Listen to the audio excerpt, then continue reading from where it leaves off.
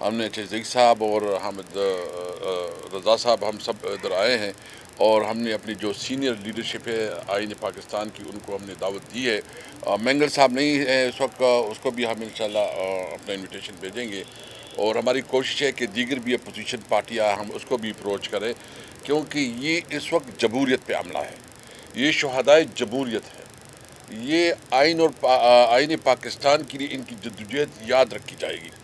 ان شہداء کی خون کو ہم بھولنے نہیں دیں گے, ان شہداء کی ساتھ ہم ہر حد تک اپنی یکجہتی کریں گے, کیونکہ انہوں نے بنیادی اس ملک کو آئین اور قانون کی پاسداری کے لیے شہادتیں انہوں نے دیے. تو ہم کے جو قربانیاں ہیں ان کی خراج تحسین کے لیے جو ہے نا ایک پورا پروگرام بنا رہے ہیں.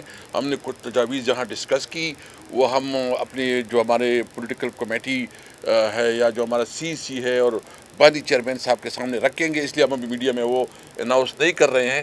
جب وہ ہماری وہ ہو جائے گی تو ایک دو دن میں وہ ڈیسیجن بھی ہم جو ہے نا پھر میڈیا کے سامنے رکھیں گے. ایک یہ کہ ہمیں آج بڑی تشویش ہے کہ جو سپریم کورٹ نے فیصلہ کیا ہے, جو 85 ہمارے ورکر ہے کہ آرمی ایکٹ کے مطابق جو ہے نا اس کے اوپر فیصلہ کیا جائے. ہم اس پہ بڑی تشویش رکھتے ہیں, اور جو ہمارا خدشہ تھا کہ یہ جو کر رہے ہیں یہ اس لیے کر رہے ہیں کہ یہ پاکستان تحریک انصاف کے خلاف استعمال ہوگا, اور یہ ابھی ہماری وہ جو کنسرن تھی وہ ابھی سچ ثابت ہوئی ہے. ہم اس کے اوپر اور بھی اپنے وکلاء سے مشاورت کر رہے ہیں کہ کیا اس کے بعد ہمارے پاس کیا ریمیڈی ہے, کیا ہم اس کے اوپر ریویو پہ جا سکتے ہیں یا ہم کوئی انٹرنیشنل جو کورٹ آف جسٹس ہے اس میں جا سکتے ہیں. اس پہ ہم آپس میں ڈسکس کر رہے ہیں.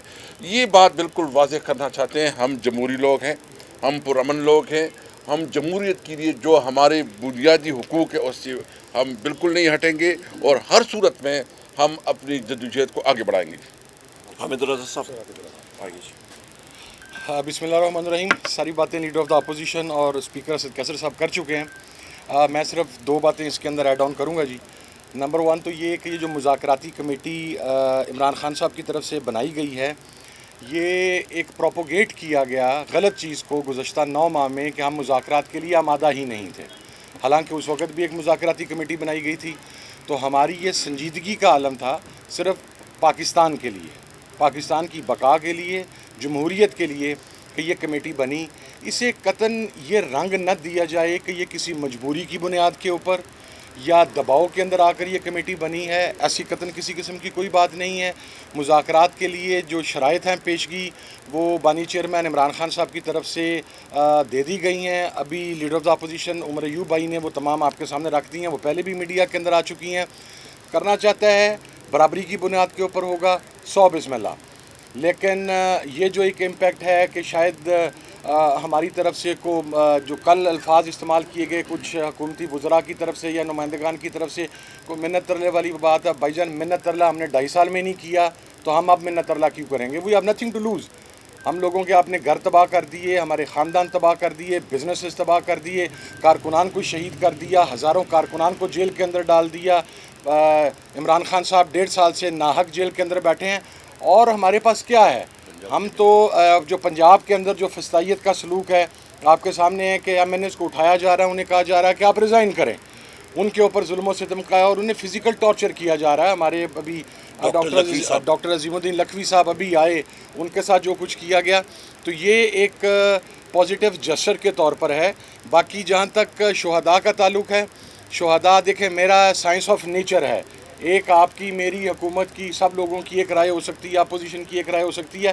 ایک اللہ رب العزت کا اصول ہے, نیچر کا اصول ہے کہ خون ناحق ہمیشہ بولتا ہے, خون ناحق کو دبایا نہیں جا سکتا. یہ جو 12 شہید ہیں ان کے خون کو دبایا نہیں جا سکتا اور ہم قطعاً دبانے کی اجازت بھی نہیں دیں گے. یہ پاکستان کی گلی گلی چوراہے چوراہے میں ان شہداء کے لیے دعائیہ تقریبات ہوں گی. ان شہداء کی خدمات کو زندہ رکھا جائے گا, ان کی اس عظیم قربانی کو زندہ رکھا جائے گا. اور جس تحریک کے اندر شہداء کا خون شامل ہو جائے وہ تحریک کبھی ناکام نہیں ہوتی. اسی طریقے سے کرم ایجنسی کے جو بے گناہ شہداء ہیں وہ کسی سائڈ سے بھی ہوں, ایک زمینی تنازع کو ایک مسلکی رنگ دیا گیا. ہم ان شہداء کے بھی ساتھ ہیں, ان کے درجات کی بلندی کے لیے بھی دعا گو ہیں. And last but not the least میں یہ بات کہنا چاہوں گا کہ پنجاب کے اندر اس وقت ایک مارشل لا کی کیفیت ہے. پنجاب کے اندر basic civil rights, fundamental rights مکمل طور پر سسپینڈ ہیں. ہماری یہ تحریک آج محمود خان اچکزئی صاحب سے جو کہ تحریک تحفظ عین پاکستان کے سربراہ ہیں اور محترم راجہ ناصر عباس صاحب سے سینیٹر جو MWM کے سربراہ ہیں تفصیلی بات چیت ہوئی. عمر بھائی نے باقاعدہ انہیں دعوت دی، اسد کیسر صاحب نے دعوت دی، ہم سب نے مل کر دعوت دی اور انشاءاللہ وہ 15 تاریخ کو شمولیت بھی کریں گے اور کچھ فیصلے ہیں جو آنے والے چند دنوں کے اندر انشاءاللہ اناؤنس کر دی جائیں گے. تھینک یو سو مچ جی. عمر بھائی کیا مذاکراتی عمل کے حوالے سے جو ابھی کمیٹی بنی ہے کہیں دیر تو نہیں ہوگی چونکہ ڈی چوک واقعہ بھی نہ ہوتا، بہت ساری چیزیں پہلے ہو سکتی تھی. ایک تو یہ کہ یہ دیر تو نہیں ہوئی ابھی مذاکرات میں، اور دوسرے سر اسد کیسر صاحب آپ بھی مذاکراتی کمیٹی کا حصہ ہے، آپ بتائیے گا کہ شروعات کیا ہے؟ کمیٹی تو بن گئی، کیا کوئی آپ بھی اسٹیپ لیں گے یا صرف حکومت کا انتظار ہی کرتے رہیں گے؟ کس طرح رابطے کرنے ہیں، کیسے آگے بڑھنا ہے، قوم کو اپنے کا چھپائیں گے نہیں؟ تھوڑا سا بتا دیجیے. یہاں پہ ٹکا خان صاحب بالکل دیر جو ہے وہ نہیں ہوئی. اس کی وجہ یہ ہے کہ ہم لوگ پرامن شہری ہیں. پاکستان تحریک انصاف اور تحریک تحفظ آئین پاکستان ہم لوگ جمہوری قوتیں ہیں، پرامن شہری ہیں. پرامن مظاہرے کے اوپر وہ ہتھیار استعمال کیے گئے جو کہ دہشت گردی کی جنگ میں امریکہ کی عوام نے عطیتاً پاکستان کو گفٹ کیے تھے، عطیے کے طور پہ دیے تھے، جس پہ M60 light machine gun with night vision, جس پہ Remington 700 sniper rifle with night vision اور Arctic sniper rifle with night vision. ان کی رینج ان بندوقوں کی اس اسلحہ کی 1 کلومیٹر تک ہے اور 1 کلومیٹر کی جگہ ان رائفلوں کو، ان مشین گن کو تقریباً 150 گز پہ استعمال کیا گیا. تو آپ خود اندازہ لگا سکتے ہیں کہ ان گولیوں میں کتنی قوت اور طاقت تھی. میرے اپنے حلقے میں ایک شہید ہے جس کا نام اللہ تعالیٰ ان کا دوسرا جان گلے گلزار کرے، ان کا نام عمران عباسی شہید ہے. ان کو ایک اوپر پوزیشن سے گولی لگی، یہ دائیں طرف کے کندھے سے اور پیٹ کے بل سے نیچے سے گولی نکلی. تو آپ یہ اندازہ لگا سکتے ہیں کہ اس گولی میں کتنی قوت تھی کیونکہ وہ کلوز رینج سے فائر ہوئی. لہٰذا اسی لیے ہم لوگ تحقیقات کرنا چاہتے ہیں کہ شوٹ ٹو کل آرڈر کس نے دیا، گولی کس نے چلائی، کیوں چلائی. اور اس پہ میں نے قومی اسمبلی میں بھی بات کی اپنی تقریر میں کہ ہم اس کا ذمہ دار شہباز شریف کو ٹھہراتے ہیں اور محسن نقوی کو، کیونکہ ایک انٹیریئر منسٹر ہے فارم 47 کا اور دوسرا فارم 47 کا وزیر اعظم اپنے آپ کو کہلاتا ہے اور کابینہ کے دوسرے اراکین بھی ہیں. انہوں نے گولی چلانے کا آرڈر کیا پرامن لوگوں پہ، نہتے شہریوں پہ، اور اس خون کا جواب ان کو دینا پڑے گا. اسپیکر صاحب یہ کہہ رہے ہیں نا، ابھی آپ نے دیکھ لیا حکومت کی رویہ کہ وہ مذاق کر رہے ہیں، ڈرامے کر رہے ہیں اور کہتے ہیں کہ یہ مذاکرات کے لیے بھیک مانگ رہے ہیں. ہم واضح کرنا چاہتے ہیں، ہم نے ایک پرنسپل سٹانس رکھا ہے، کوئی بھیک ہم نہیں مانگ رہے ہیں. بالکل. اگر کوئی نہیں چاہتا تو ہم 10 دفعہ نہیں چاہتے. یہ کہتے تھے نا کہ ہم چارٹر آف اکانومی چاہتے تھے، شہباز شریف کہتے تھے اور یہ بات نہیں کرتی تھی. یہ کہتے تھے کہ ہم جمہوریت کے لیے بات کرنا چاہتے تھے اور یہ نہیں کہتے تھے. تم بھی اپنا سٹینڈرڈ بتاؤ نا. جب ہم کہتے ہیں کہ بات کرتے ہیں تو پھر آپ ڈرامے شروع کرتے ہو، جب ہم کہتے ہیں کہ نہیں کرتے تو اور ڈرامے شروع کرتے ہو. بھائی ڈرامہ بازی چھوڑو، پاکستان کی بات ہے. ہم تو ہر صورت میں جو ہمارا موقف ہے کہ اس ملک کو آئین اور قانون کے مطابق چلاؤ. یہ کسی کی باپ کا ملک نہیں ہے، یہ 25 کروڑ عوام کا ملک ہے. اور مائنس عمران خان کوئی مذاکرات نہیں ہوں گے. یہ جو بات کل کہی گئی کچھ سینیٹرز کی طرف سے کہ عمران خان کو نکال کے مذاکرات ہوں گے، تو عمران خان کی ڈائریکشن پر اسی کے مطابق مذاکرات ہوں گے، اس کے علاوہ کوئی مذاکرات نہیں. اس سے پہلے جو مذاکرات ہوئی جب یہ سارا پروٹیسٹ کا ایک سلسلہ چل رہا تھا تو اس وقت بھی دونوں طرف جو ہے وہ ایک لیک کانفیڈنس تھا، اعتماد کا فقدان تھا. تو اگر جو ادارے ہیں جن سے آپ مذاکرات کرنا چاہ رہے ہیں وہ اگر پی ٹی آئی کو کوئی گیو اپ کرنے کا کہ تو پی ٹی آئی وہ کانفیڈنس بلڈنگ میئرز کے طور پہ کیا ایسا کر سکتی ہے؟ دیکھیں یہ سب سے بڑی چیز یہ ہے کہ ہم لوگ پاکستان کے پرامن شہری ہیں. وزیر اعظم عمران خان صاحب پاکستان کے سب سے مقبول ترین لیڈر ہیں. پاکستان تحریک انصاف پاکستان کی سب سے بڑی سیاسی پارٹی ہے اور سب سے بڑی مقبول ترین پارٹی ہے، جس کی پارلیمنٹ میں 180 سیٹیں ہیں جن کو چوری کیا گیا ہے. اور ابھی بھی ہمارے ایم این ایز پہ بے تحاشا پریشر ہے، ان کو ہر طریقہ کار سے زد و کوب کیا جا رہا ہے۔ 3 مثالیں، اسپیکر اسد کیسر صاحب، حامد رضا صاحب اور مجھے، ہمیں جناب والا ہم لوگ جب اڈیالہ جیل میں گئے تھے وزیر اعظم عمران خان صاحب سے ملنے کے لیے کورٹ آرڈر کے تحت، تو ہم پانچوں کو انہوں نے اندر کر دیا تھانے میں، مطلب چوکی میں، کہ جی 144 سیکشن 144 144 کی خلاف ورزی ہو رہی ہے۔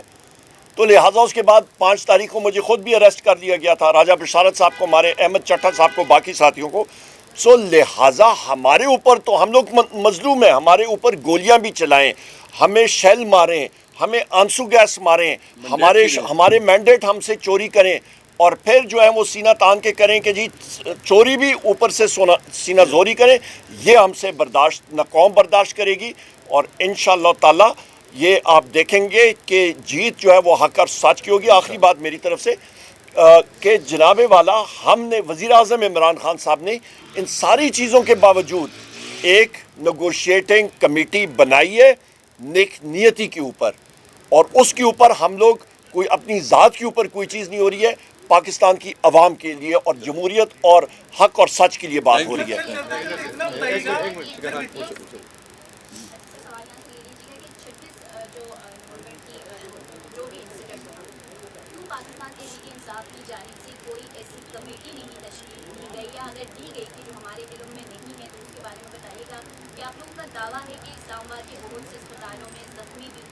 اور کے مطابق لاشیں بھی ہیں، تو کیوں نہیں ان کے حوالے سے کوئی ایک ریسرچ کنڈکٹ کیا گیا کہ کس اسپتال میں پاکستان تحریک انصاف کے کتنے زخمی پڑے ہوئے ہیں اور کس اسپتال میں کتنی ایک لاشیں ہیں جو کہ اس رات بڑا اچھا سوال ہے میری بہن آپ کا۔ میں واضحتاً آپ کو بتاؤں کہ پاکستان میں اس وقت ورچوئل مارشل لاء ہے، پاکستان میں اس وقت ایک آپ سمجھیں کہ اسٹیٹ ٹیررزم ہو رہی ہے۔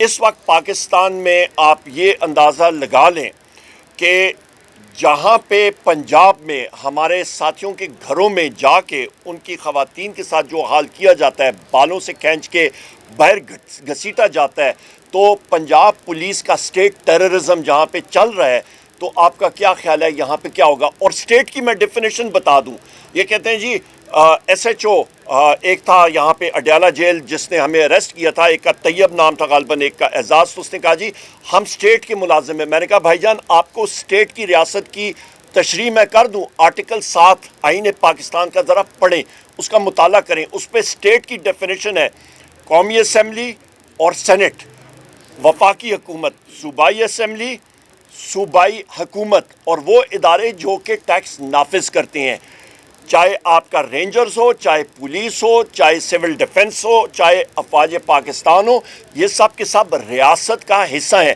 اور ریاست کے حصے دار یہ ہیں قومی اسمبلی کے ممبر بحیثیت لیڈر آف دی اپوزیشن، بحیثیت قومی اسمبلی، یہ ریاست ہے۔ وہ باقی ادارے جو ہیں وہ اوزار ہیں اسٹیٹ کے۔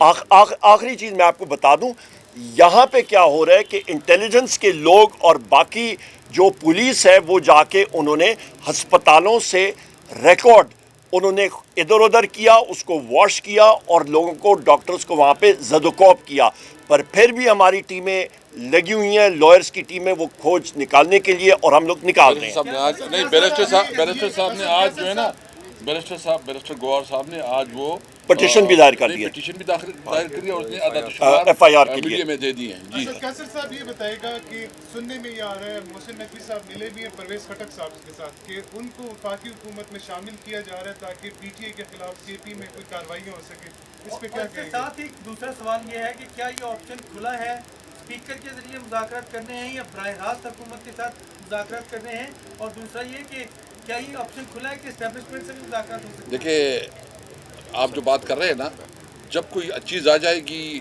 ہم سنجیدگی سے اس کا غور کریں گے، پھر انشاءاللہ آگے دیکھیں گے۔ جی تھینک یو ویری مچ، بہت شکریہ۔